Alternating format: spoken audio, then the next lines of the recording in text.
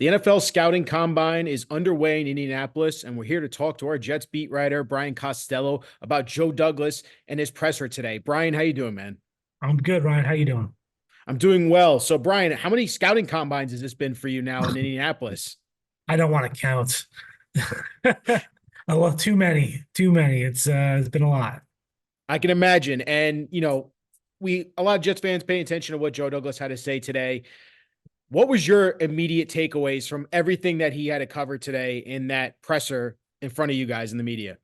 Yeah, there were a lot of like minor topics, Ryan, but nothing major. I didn't think there was any big screaming headline from this one, just a few minor ones. Um, to me, the overall thing is this feels different this year than the other years for Douglas. Like the pressure is really on him, and there's always pressure every year. There's something, right? Like I'm sure we've said, this is the most important offseason for Joe Douglas four times. But if you think about it, when he first came in June of 19, he basically got a free pass that year because it wasn't his team. The next year, everything was blamed on Adam Gase. The following year, it was the reset with Saleh and Zach Wilson. So there was no expectations with a rookie Mm. coach and a rookie quarterback. The next year, the pressure was on him to get the draft. He had two top 10 picks. He got it right. He nailed that with Sauce and Garrett, and the team was probably ahead of schedule that year. But his job was never really in question. And then last year it was go get Aaron Rodgers, and I think there would have been questions about his job if Rodgers had stayed healthy. But once Rodgers went down, they basically got a mulligan. And so this year it's now, Woody said it at the Super Bowl. They have to win this year. And you can kind of feel like there's just a little more pressure Mm. to win, and they know they have to win. And I think Joe's not running from that. No, he clearly isn't. And one of the big tasks that he has this offseason, it's no secret, Brian. The Jets need to fix this offensive line, replace three Yeah. starters now after releasing Laken Tomlinson earlier this week. So when you hear Joe Douglas's comments about flexibility, we feel like we're in a good position with the draft and free agency and trade. And also, he mentions Elijah Vera Tucker and his versatility to be able to play four different positions on the offensive line. How are you seeing this for the Jets as we're in the combine? They're going to be scouting the tackles, obviously. They have that 10th pick. What are you sensing here with Joe Douglas and the fact that he says he has the versatility and the flexibility this offseason to address that offensive line? Well, I mean, the versatility part of it, Ryan, is this team either needs two guards and a tackle or two tackles and a guard, depending on where Elijah Vera Tucker plays. And I think they can go into this not pigeonholing themselves, saying we're going to do this. They can see how the market kind of shapes up in 2 weeks, right? And our guards, is the guard market exploding and too much money? Then they can say, all right, let's sign a guard and a tackle. We'll draft. I think we're assuming they're going to draft a tackle, right? But if the guard market is a little soft, and there's better value in the guard market right now than the tackles are all old. There's durability questions. There's not great free agents at tackle. Well, then they could sign two guards and play Vera Tucker at right Mm. tackle, draft the left tackle. So that's the versatility he's referring to. But to me, it's a very, very, very tough task. You're trying to find three starters, and I've said this before. You don't need five all pros on the offensive line, but you need four good ones, and then you can hide a fifth, right? But so I think Joe Tippmann's a good player. I think Elijah Vera Tucker is a good player who has not been able to stay healthy. You need two more really good players on the offensive line, and you could say, well, they're going to get one at number 10, but guys aren't always ready to play when they get drafted. So it's tough to say a rookie. I mean, we go back to DeBrickashaw Ferguson, right? Yeah. One of the best tackles all of us have ever seen watching the Jets. He really didn't have a good rookie season. There was a lot of questions. Is he too skinny? All that stuff. Brick really developed year two, year three, year four. So I think it's a really tremendous task, and he's tried. He's tried to build this line. He drafted Mekhi Becton in the first round. He drafted Elijah Vera Tucker in the first round. He signed Laken Tomlinson to a monster contract. So it's not like he's ignored the position. He's just had some misses there, and they've had a lot of problems with injuries at that position. As we saw the last couple of years, it's just been injury after injury. So, um, I think this is a very tall task. I think having Aaron Rodgers as your quarterback helps because he can hide some of those deficiencies with getting the ball out quick. But this is going to be tough for Douglas to rebuild a line in a year. It's certainly a tall task, and that is something that a lot of Jets fans are going to pay attention to. To your point, Are they going to go after those guards? Are they going to guard and tackle? The versatility and the flexibility is there, but like you said, it all depends on that market plays out and what the Jets do at 10. If that rookie can make an impact, it's a little bit more difficult for a tackle, like you said, to develop and show immediate impact in that first year. One of the other things that a lot of Jets fans were talking about today was Mecole Hardman's comments on the Pivot podcast, absolutely blasting the Jets offensive coaching staff, blasting pretty much the entire franchise. You know, Brian, I think a lot of Jets fans have a sour taste in their mouth when you see the guy that you signed in free agency, you release him, and he catches the game-winning touchdown pass in the Super Bowl, right? And for you, when you see comments like that, and then you also see a guy like Thomas Morstead, who's a leader in that locker room, admittedly, go back at him a little bit on Twitter, and Sauce Gardner as well. What's your sense there with Mecole Hardman? Was it necessary for him to really blast the Jets after you just won the Super Bowl?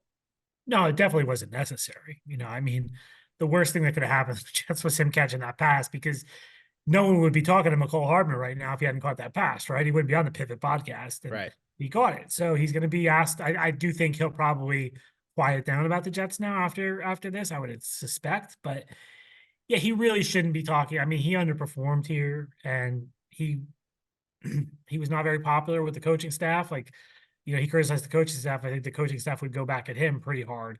Uh, you know, I know I've heard some stories about practices that were not good, and he dropped a lot of passes. He ran wrong routes, that kind of stuff. So it didn't work out here. I think he should probably just move on. It's like it worked out great for him, right?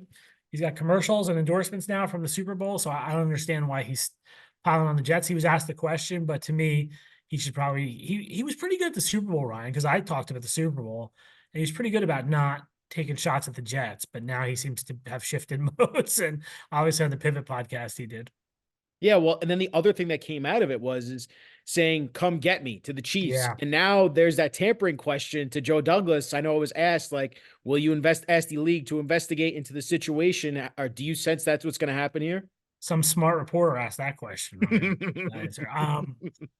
Yeah. I mean, Douglas said the comment resonated. That was basically saying, yeah, we're going to look into it. So, you know, if there's phone records of them talking, they're in trouble. To me, like, could there be a situation where before week 4, when they played the Chiefs and the writing was on the wall, could Hardman have said to Mahomes, come get me on the field? There's gonna be no record of that. There's gonna be no tampering. So it's a question of, how can they prove it?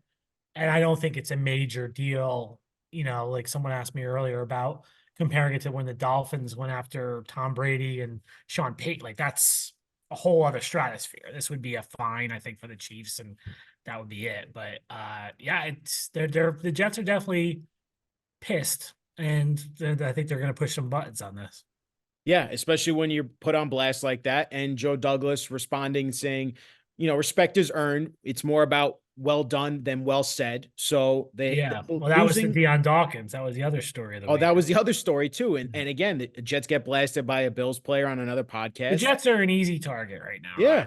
Like, when you lose, it's everything sucks, and yeah, they're easy. They're an easy team to make fun of. They're an easy team for players to go at, and they at some point the Jets have to turn this around and just win some freaking games, and this nonsense will stop. I think, but right now they've gone 13 years without making the playoffs. They haven't had a winning season since 2015. They're an easy mark, and that seemed to be the case this week. Is just people just taking shots at them.